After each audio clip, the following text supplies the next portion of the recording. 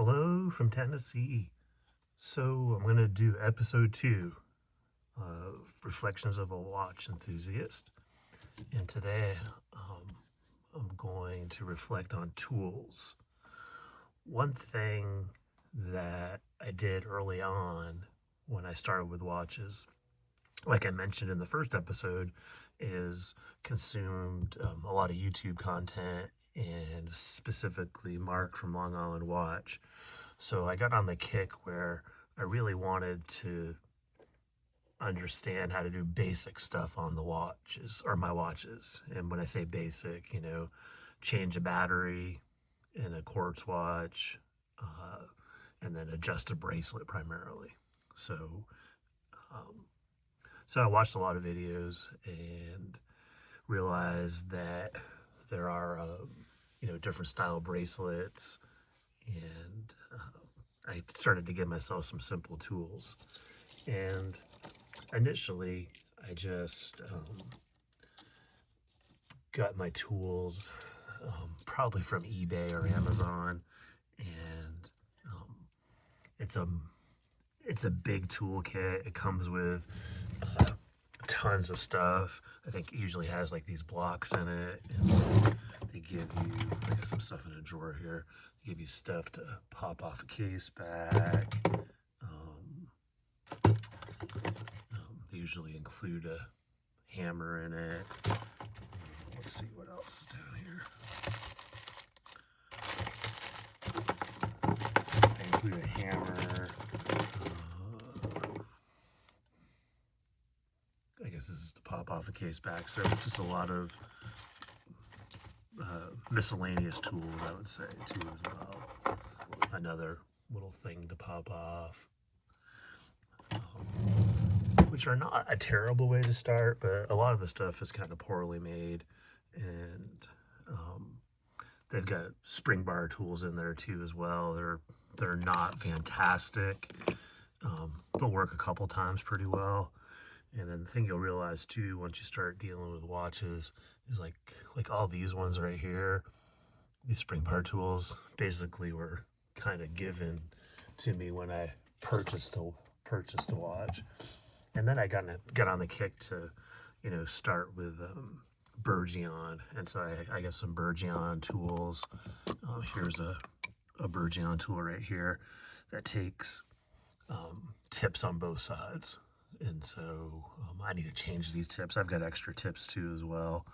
But the cool thing about these is you just replace the tip. And you can buy the tips. I usually go to Esslinger and just get a bunch of them too as well. They make nice little gifts for people too that are fellow enthusiasts. I sometimes throw those in a package. And then I ended up, this is a Bob Labs spring bar tool, and it takes the same Bergeon tip. This is my favorite. You can see that one's bent, so I've obviously used that one too there. But these are the same thing. The tips come off, so that's pretty cool. But for basically changing your bracelet out, a lot of this stuff in front of me, like the block works well to hold it steady, tweezers to pull out screws, obviously spring bar tool, sometimes a hammer. I just invested in a slightly better hammer. That just really gives me a little more leverage if I have to. I try not to bang on stuff. I found like these punches too, which I've got enough forever, help with some really tough ones, tough bracelets too. So if I could go back to my younger self, I probably would have, knowing what I know now, I would have just invested in quality tools and just build it up slowly instead of getting a bunch of crap, basically. That's the best way I can put it. But at the same token, you get excited about the watches when you start off. So it's challenging from the standpoint of you're spending money on watches. You want to spend $40 on spring bar tool, so like that's where it gets crazy. But as you move along in the hobby, or at least how I moved along, a quality tool is super helpful. And long story short, I can change just about anything. I've done, obviously, screw pins are generally pretty easy, but unfortunately sometimes all screw pins are not created equal too as well. So if it's a cheaply made bracelet and they just try to sell it to you because they've got screw pins in it, you might have some challenges, and you really, really want to make sure that you have a really good screwdriver on those ones too as well. Otherwise, you're just going to strip it and not be able to change it. Um, you got split pin, which basically you can just push through, which is probably one of the easier ones to change. And then pin and tube. So you got pin and tube and pin and collar. Pin and tube, the tube is like in the middle, and those I find a little bit easier to change.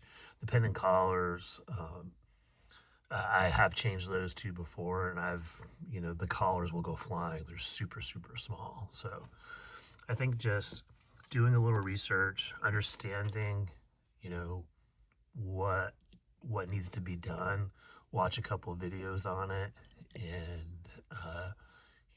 if you got people that you can ask, and this will lead into my next episode, um, you know, uh, being part of a community and asking questions too is super helpful. So that's it.